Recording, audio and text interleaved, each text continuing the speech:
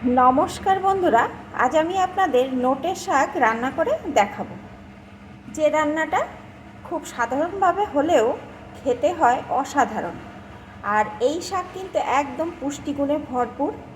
রান্নাটা কিন্তু খুবই সোজা আর খেতেও কিন্তু খুবই ভালো লাগে। রান্নার জন্য এখানে আমি 2 আঁটি নোটের শাক ভালো করে বেছে ধুয়ে পরিষ্কার করে নিয়েছি। মাঠের যে কোনো শাক একটু ভালো করে কিন্তু ধুতে হয়, কারণ অনেক ময়লা থাকে।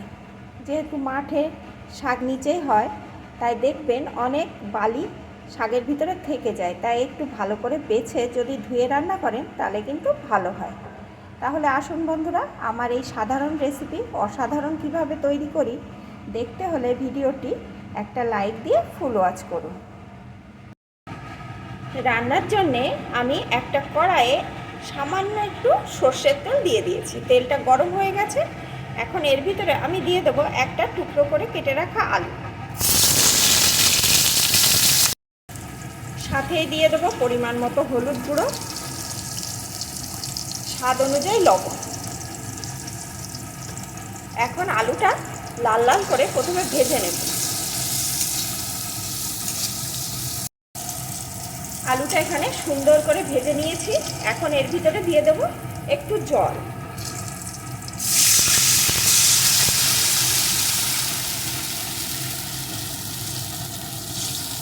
এখন একটু ফুটিয়ে নেব।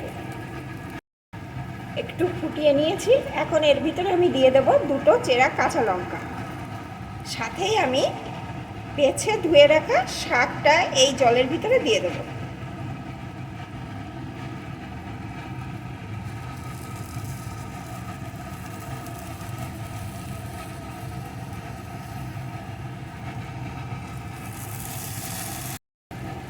এখন এইভাবে কিছুক্ষণ হতে দেব।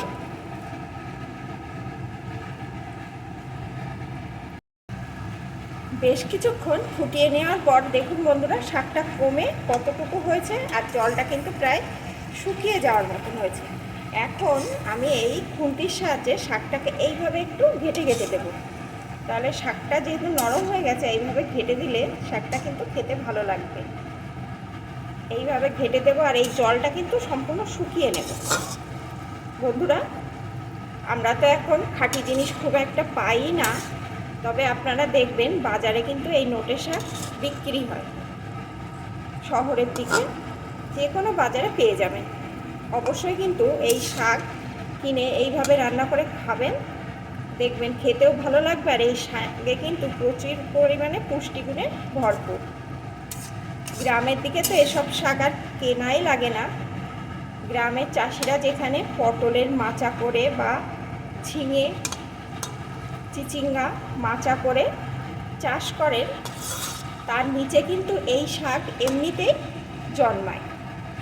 তাই গ্রামের মানুষের কত সুবিধা, যখন ইচ্ছা এই শাক তুলে খেতে পারে। এই শাক রান্না করলে অসাধারণ খেতে লাগে। এখন এইভাবে একদম ঘেটে ঘেটে দেব। যতটা সম্ভব আমি একটু ঘেটে ঘেটে দিয়েছি। আর এখন কিন্তু জলটা পুরোপুরি শুকিয়েও এসছে। এখন শাকটাকে আমি একটা পাত্রে নামিয়ে নেব। না না বন্ধুরা, এখনও কিন্তু আমার রান্নাটা কমপ্লিট হয়নি, আপনারা কিন্তু দেখতে থাকুন।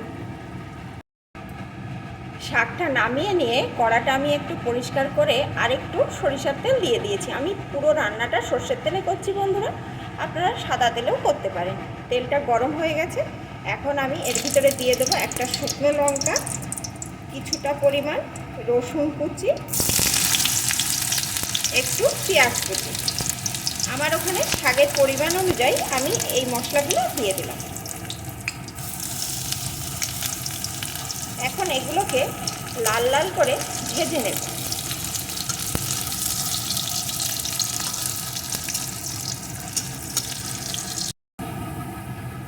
লাল লাল করে আমার ভেজে নেওয়া হয়ে গেছে।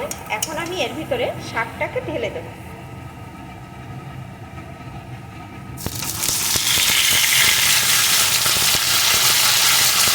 এখন কিছুক্ষণ শাকটা এর সাথে এইভাবে নেড়ে নেড়ে রান্না করে নেব। শাকটা যেহেতু আগে থাকতে ভাপ দেওয়া আছে, তাই রান্না হতে কিন্তু আর একদম সময় লাগে না। জাস্ট 2 মিনিট মতন একটু নেড়ে নিলে রান্নাটা রেডি।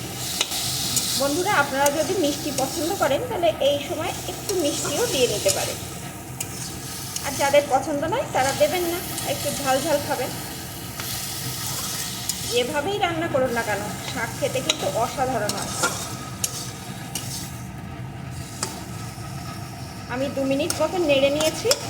এখন কিন্তু আমার এই শাক রান্না একদম রেডি। গরম গরম ভাতের সাথে এরকম শাক ভাজা অসাধারণ খেতে লাগে।